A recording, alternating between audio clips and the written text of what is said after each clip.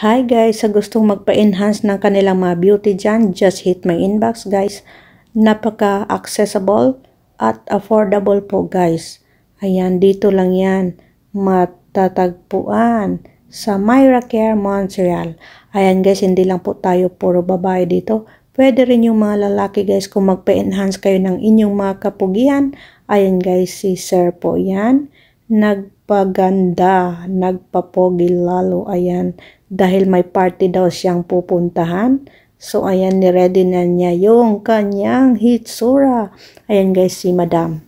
Nagpa-enhance ng kanyang eyelashes. Ayan, nagpa-extension siya ng kanyang eyelashes guys. So, ayan, sa gustong magpaganda dyan, sa magpatanggal ng kanyang wrinkles, dark spots, mga whiteheads, blackheads. Ayan guys, sa magpakilay dyan, pwedeng-pwede yan dito guys. Salamat sa mga tumangkilik kay Myra Care Montreal. Ayan guys. Thank you for watching.